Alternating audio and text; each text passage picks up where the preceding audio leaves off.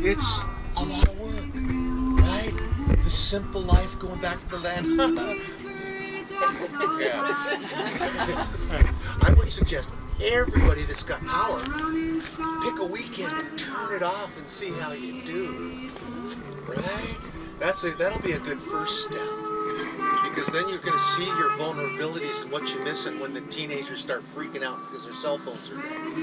Just turn off the water too.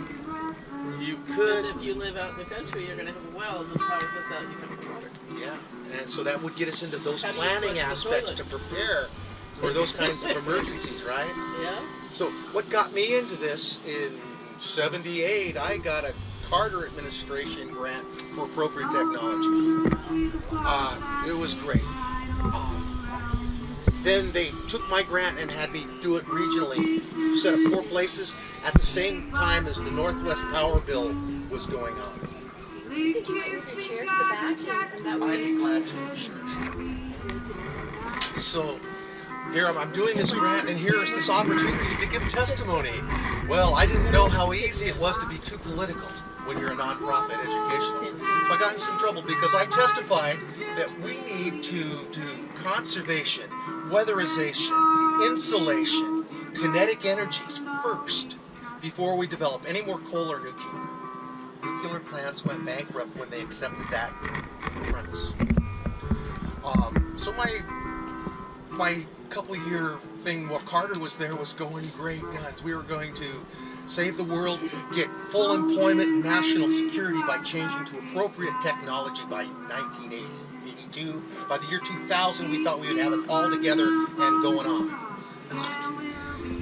What happened as soon as the next administration came in, we were nationally busted. They pierced the corporate veil for the only time in history, and held everybody personally responsible that was board of directors, employees, took our nonprofits away, held us responsible for back taxes. It was, to me, with 2-year-old twin boys, an act of war against our own country. Set us back to where we are today when people are saying that we're just now getting the technology. It's not necessarily so true. I went off the grid in '84, moved out into the county with a big dog and a big gun and a big attitude, and now I can joke a little bit better about it. But what I had been what I would call an urban homesteader. Anybody seen this old book? This is how to do it on a city lot. Came out in early '80. You know, all the composting and gray rabbits and the extra orchard and cold storage, and it's all old stuff. Only references I brought are probably 30 years old, but we know the new ones and those now.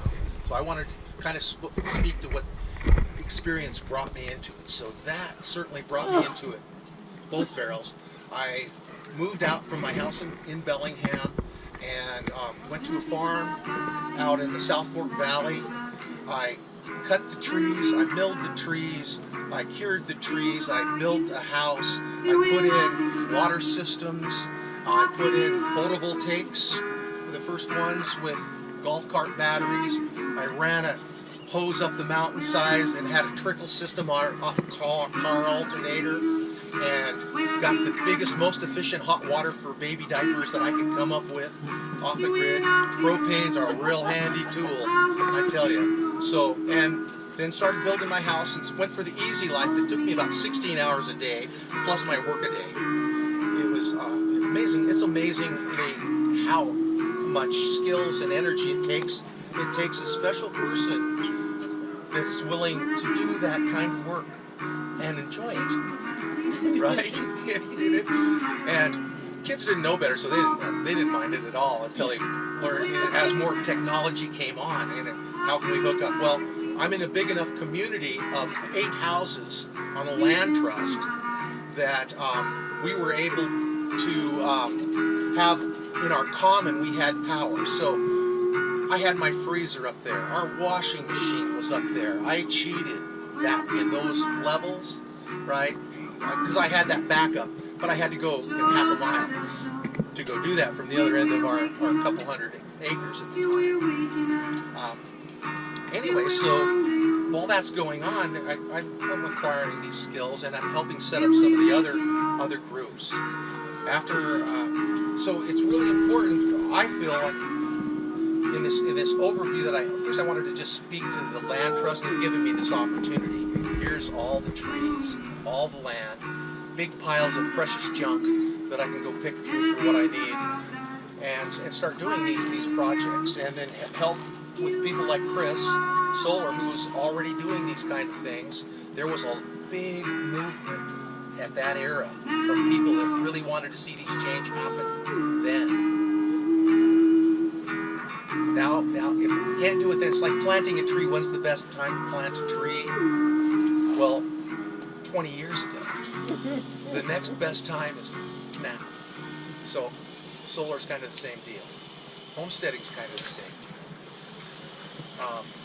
So, as I get to doing this, I'm finding out, well, first I need to get the rain off the kids. So, your home's really important. I talked about insulation, weatherization, double entries, all these passive solar things that you can do to make whatever style dwelling you have or are going to build more efficient, so you need less energy. Wood heat, of course, out there, I had lots of it just in my mill ends from milling my own lumber. Did 10,000 lineal feet or something, you know. The firs come down and they're your framing. Hemlock is a framing material. Cedar is your decks and place where they're going to get the weather siding. Maple, birch, cherry, interior finish woods. So learning all that and milling them and then working in the shop to do these things took me a number of years, I think 5 years to get it really dialed in and comfortable. So all these things on your home, there's a couple levels that you've got to start looking at. I think that your dwelling is among the first. And then you're going to, of course, that electric. How are you going to heat it? Well, it's not going to be electric. That's cutting butter with a chainsaw. It's just the most inefficient way you can go. However, I have to almost take that back because the new technology, the heat pump technology, now is putting out some seriously efficient wall-mounted systems that even Puget Energy will help subsidize get into your house. They're also helping on solar panels, but these programs come and go. They're not just mandated to be there. So one year you might be getting a whole set of panels for your roof, your solar, then the next they're not going to help you.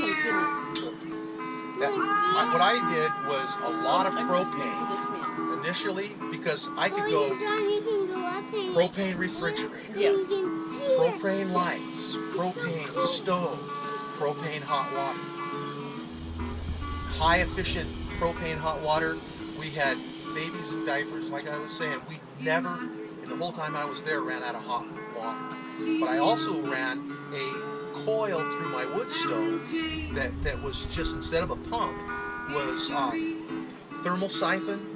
Hot water rises, right? So I have a tank up in the attic, so it would naturally go up there, and then as I drew off of my propane, it would take that preheated water, even if it was just preheated to room temperature. That's what takes the most BTUs, is that from ground temperature up to your house temperature. So it would all automatically be going in to my hot water, propane hot water at that higher temperature. Saved a lot of energy and propane that way. Also, it would get so hot in those winter months when I kept that fire roaring that I could have melted down my other propane system. So they have these little, called the mixing valve. Basically, you can put a temperature on it, and then it will add cold water so that it can only go into something that might break at that maximum temperature. That was a huge part to make that work for. It worked for 22 years. It died just about the time I was leaving.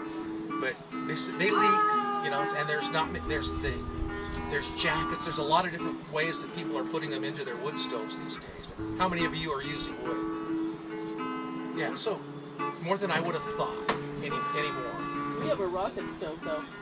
Yeah. So it's only $1.5 a year, And we don't have to run it all the time because it has a big heat sink that lets off the heat. Yeah, those are really great. It's really nice. Yeah. Having lived with a regular wood stove, they're awesome. Yeah, any mass that you can store heat in is going to be to your advantage.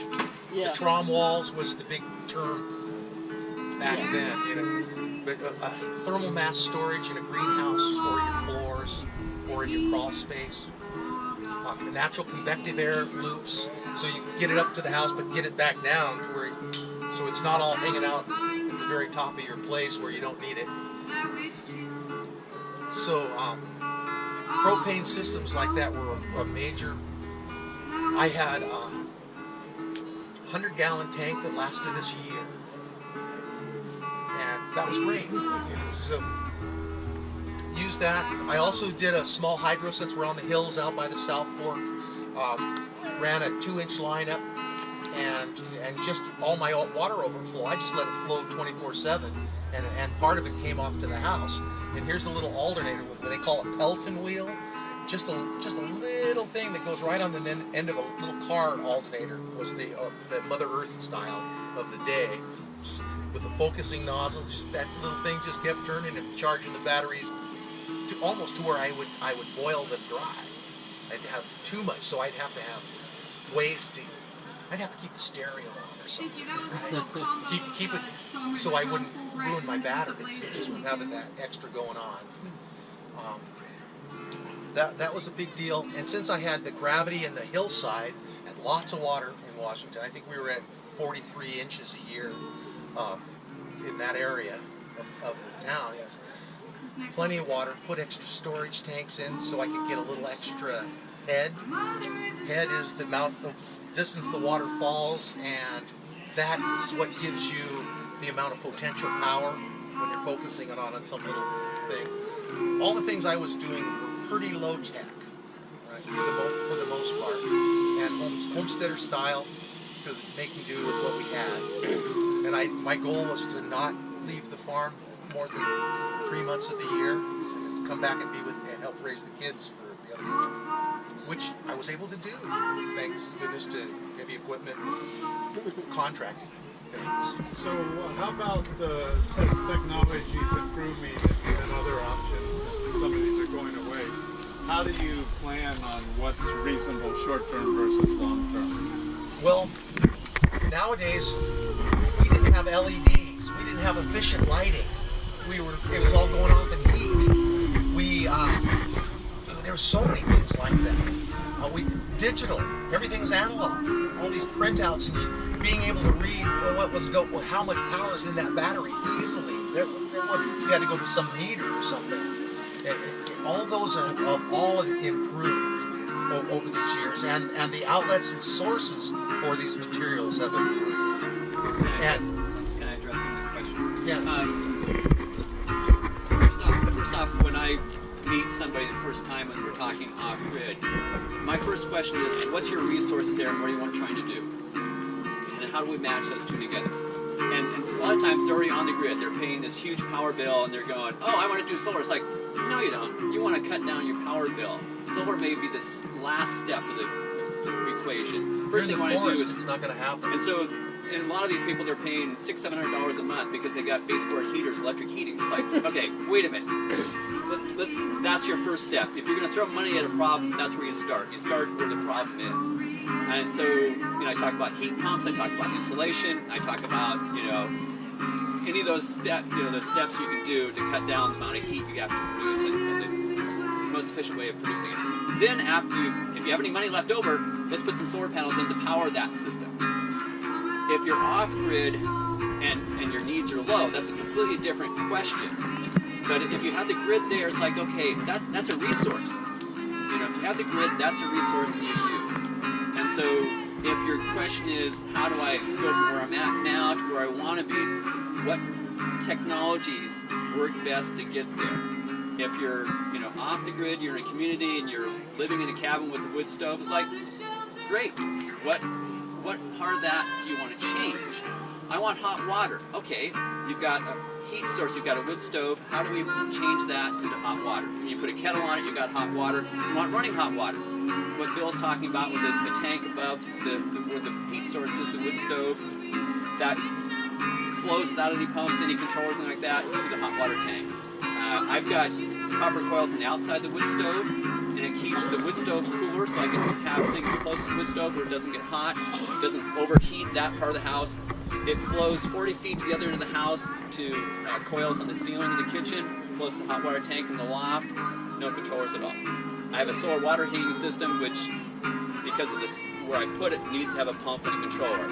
But I've had them where they didn't have a controller, it just flows naturally if you have a hot water tank above the solar hot water heating.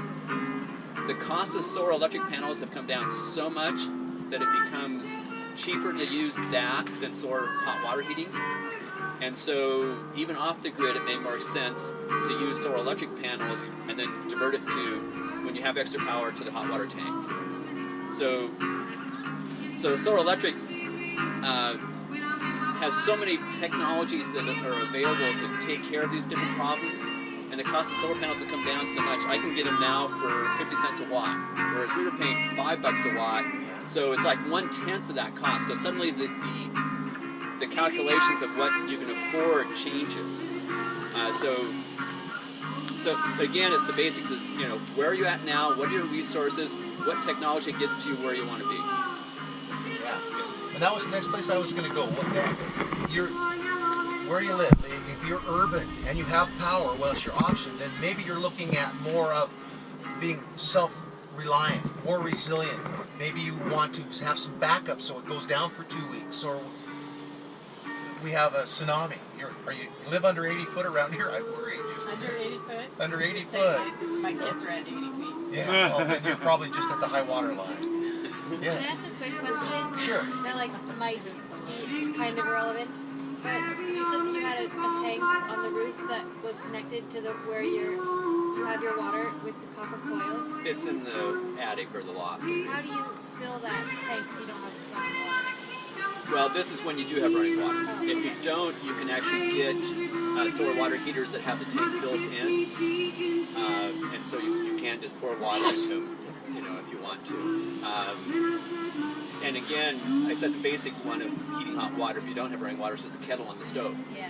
And, you know, you can put, we have like a 2-gallon pot on the stove all the time, so that's hot. So if we're trying to fill a bathtub, you can start it with that. But again, we've got multiple systems heating hot water. I mean, we've got that, we've got the solar, we've got the wood stove coils and stuff. So it depends on what level of technology you want to do. I've also put a pot of water on the south side of a building and some glass over it, and it was hot enough for a bath. I mean, one of those big canners. So I mean, whatever level of, you know, technology you want to do. And so it's and again, you know, wood stove's nice and heat source. I've seen people have a tank of hot water sitting outside in a concrete block and a fire underneath. You know? There's also the on-demand technology's got lots better. So yeah, people are still having trouble with it, but I've seen like I say, there's another option. Yeah. If you have electric hot water, I'd probably try to get rid of it. But electric is kind of subsidized. It's cheaper now, and the technologies all have gotten better over the years. So these kind of systems, I guess we can talk more about. But I think the next thing I'd like to talk about a little bit is your resources. If you're in town, you may not have. Maybe you've got a community garden, but maybe you don't have a big enough lot for it, but a small garden. Well, in the Pacific Northwest, you can plant in late July, August, and have a winter garden. But around here, kale, chard, kohlrabi, leeks, on and on. These things that'll pretty much go all winter. And then you put a little bit of cold storage in. There's 4 kinds of cold storage. You know, onions need cold, dark. Apples need cool, dark, humid. Where the onions, garlics need it dry. You can look around your house without building something special that have the right conditions for those specific plants or vegetables or fruits.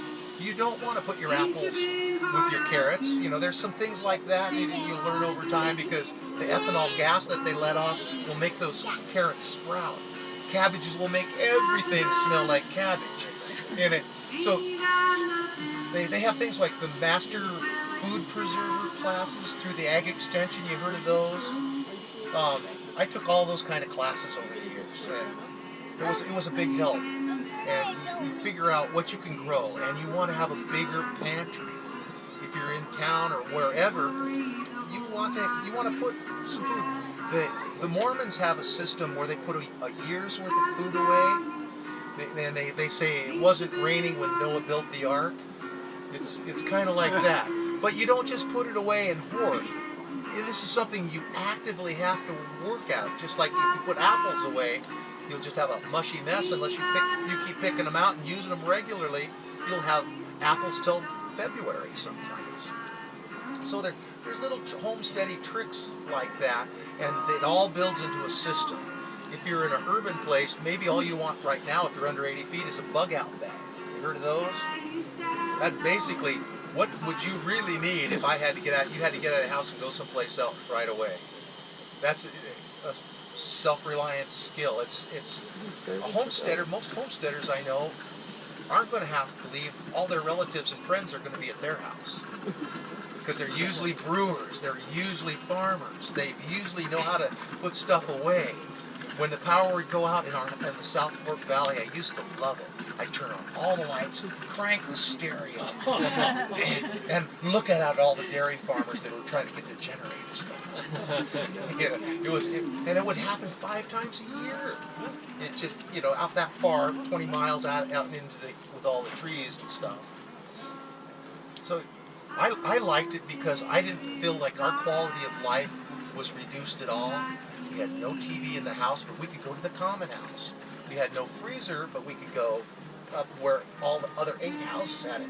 Where you're talking about doing it in groups, to me that makes the most sense. And even for urban people, not everybody needs a lawnmower. Not everybody needs a rototill. If you have a cooperative groups and somebody that can keep them running, it's important too. It makes so much sense. Why we just don't have to be. The nuclear family, I think, really hurt our culture. It's not a natural act. You look all over the world and there's cooperation and extended families all living together. Important piece of the puzzle. So what else do I want to talk about? Lands, houses, utilities, food. We're getting closer to those things. And any of these topics, if people would like to speak more to, we can do that. Anybody want to? We've got, maybe 15 more minutes. Any piece of it you want to? I didn't talk social structures. We're so autonomous, matriarchies, patriarchies, benevolent dictators. I was consensus for 23 years and decided I need to go be a benevolent dictator. This is driving me nuts. I can't. I love it, but there's like every social system. There's been ways that it's got busted. People learn, like, they come to a meeting and go, oh, I'd really like to take that back and study it for another month. Well, I have the money now, I have the time now. 2 months later, when I get past the person that's blocking, I don't have the time, I don't have the money. In a consensus, unless you have, that person becomes responsible for the solution. Or you have a democratic number that says, okay, we're hung up, we can't make motion, we're not going to survive if we can't make motion. So you have a democratic option where you get a 55% or something percentage. Some people go 80. Sometimes it's just one person that wants to talk about it for 3 months. You're not going to move for 5. You can't keep motion in your social structures if you're cooperating with it. Yes? Yeah, so if anybody's in the Bellingham area, I encourage them to come to the Identity Movement booth that we have down there, because we're forming mutual aid pods, and we have a lot of resources for how to start your own mutual aid pod in your own backyard. And so the identitymovement.org, we are documenting our whole process. We're taking videos of all of our Skillshares and all of our mutual aid meetings, and we're trying to take our dependency back from large corporations and rechannel that dependency into each other again. And we're doing this in Bellingham. We're at the Alternative Library in Bellingham every second and fourth Thursday of the month at 5:30. So you can also find us there. Thank you. Great, important networking tool, and bringing a lot more people into it, and all ages too. Yeah, absolutely. We're looking for people of all ages and all experiences. We're looking for people to present and pass down their wisdom to a very eager to learn audience. So. I've seen they had some sewing workshops. Yeah. And how to butcher a rabbit. I mean, I can't even count how many different skill sets there might be for homesteader types that want to get back to it. You know, maybe you don't want to have to butcher your own food. It seems like it's a good idea to know how and do it once if you're going to eat meat, right? I mean, it doesn't come in a package, and some people can't get past that. Well, many people I know that tried that and said, well, I got to get to know my food that intimately. We're vegetarians for a couple months afterwards. It's not that easy that way. We looked at co-housing like 25 years ago or so, and it makes a lot of sense to me that you don't need a lawnmower for every house in the group and common house and stuff, but it seemed pretty expensive, and we weren't able to negotiate the land at the time we were doing it. So. That's what's stopping a lot of young folks now. The prices.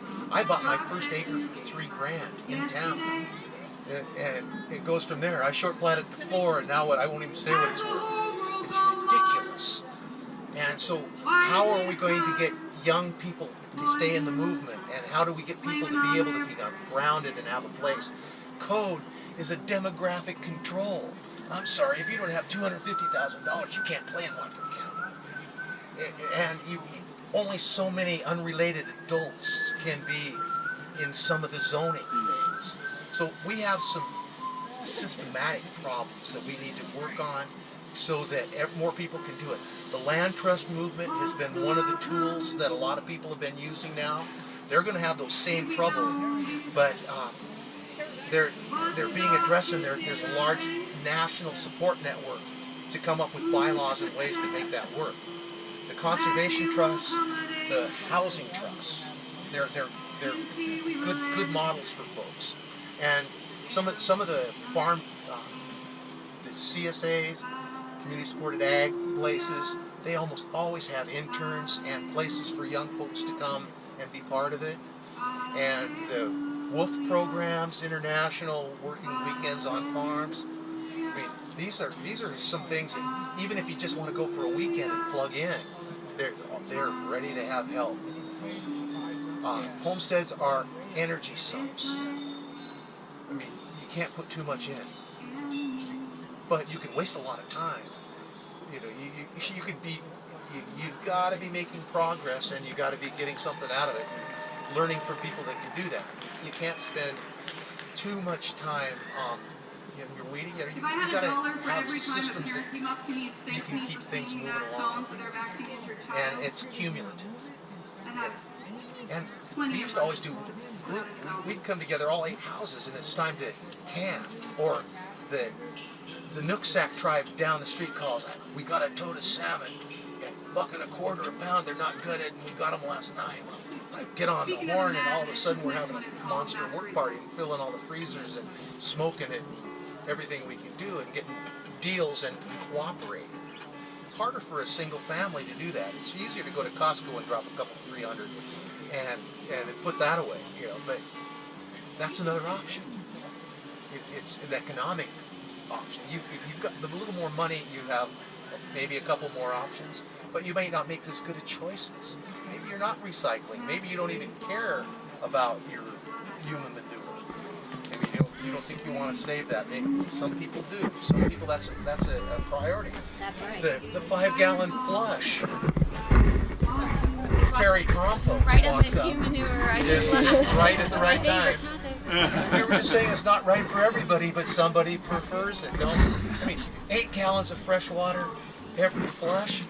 You have to flush every time you leave. there's something, if it's yellow, let it mellow, or something, that movement. Yeah, yeah.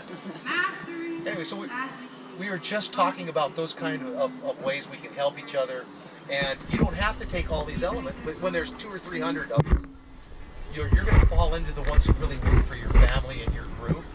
You're going to find out what deals are better at Costco than going out and picking and canning and preserving and freezing. And most people aren't canning so much anymore. I mean, I pickle. I like my peaches and green beans, but anything that's alkaline is dangerous, right? So you don't want to do your meat. You want to probably freeze it. So in those, again, there's trade-off after trade-off to your personal lifestyles and your personal group. Most communities, we met a couple times a week for a couple hours infinium. And new people would come in and we'd start at the top. We finally got a thing where consensus ideas were in a book so people could go, hey, we already been there. No dead cars, no more dogs. It's right here. When you come into our group, you consent to what we've already consented to. We don't have to reinvent it, please. We're not going to live long. I love the experience. I'm back on the grid now at a new house. I've moved on since all my kids grew up. But I'm building another off the grid, even though I have the power. But I'm going to have my retirement house is going to be off the grid, and I'll have everything I need. It'll be cozy, and then my younger renters can, or members of our community, if they need something, I'll go down to the main house and give workshops, or they can come see what I'm doing. All right. Any other pressing things that people would like me to move on toward? I ramble a bit, so you can focus me with questions. I was thinking, how hard would it be to say take over an apartment? Like Findhorn originally was a trailer park where everybody kind of got together and started gardening together, and eventually they bought the trailer park. Yeah. I see all of these real estate ads where this has been zoned for apartments, and I think, oh no, they're going to chop down all the trees and put up all these ugly apartments. Wouldn't it be more economical to put one house with the same people in it, only living together and have sharing things like stoves and toilets and stuff? I mean, if you could buy that apartment designated land, you wouldn't have to worry about the zoning. It is a piece of it, and zoning is a place that we're going to have to address this. It's like the homeless thing going on. Man, there are more people on the street than I have ever seen. I'm a street kid from Bellingham, grew up that way. And now they're talking like through the Colson Community Land Trust. They've got some big lots over in Birchwood. They're acres, so big places. Why would we put one house there when we could put 5 little houses and a huge community garden? The reason we can't is all building in code. Building in code needs to be re-educated and then asked by our community of what we need, what changes we need that'll serve the homeless, the poor. I mean, how many of us are at poverty level, but we're living like the 1%, half of 1% that won the quality of life lottery because we're here. This is the place, right? We're so lucky. We don't even know how much trouble people have. The only thing that they've got that we don't is they don't have to worry about a code. They can just, many places, they don't have one. Here, where there's more pressure, of course, but we need to get them to allow these kind of alternative places. When you've got a couple acres and it's in town, I just can't see putting one house on it when we could put 5, 6 little houses in a common. Like the Bellingham co-housing is a good example of that, except for the code made it so that the 80%, 50% goal of people under the median, and when we put the programs together, we wanted to have single parents, 80% of the median, get a grant to get into a house. So often they're making the money, but not enough to do the down payment. That's why Colson has served 128 households, because we get grant money for that down payment. And then if you can make your rent, you're going to have a house. Next step, we need to have communities that are doing that same kind of thing, and then a code that allows it. And I think that more and more people, young people particularly, that are getting into farms, they're going, we're going to ask forgiveness instead of permission, because then if we ask permission and they say no, we have nothing. And you lose. That's not serving the public. There is a development in Wales, in Great Britain, that I found really quite interesting. They have zoning restrictions the way we do. These people negotiated something with their local government.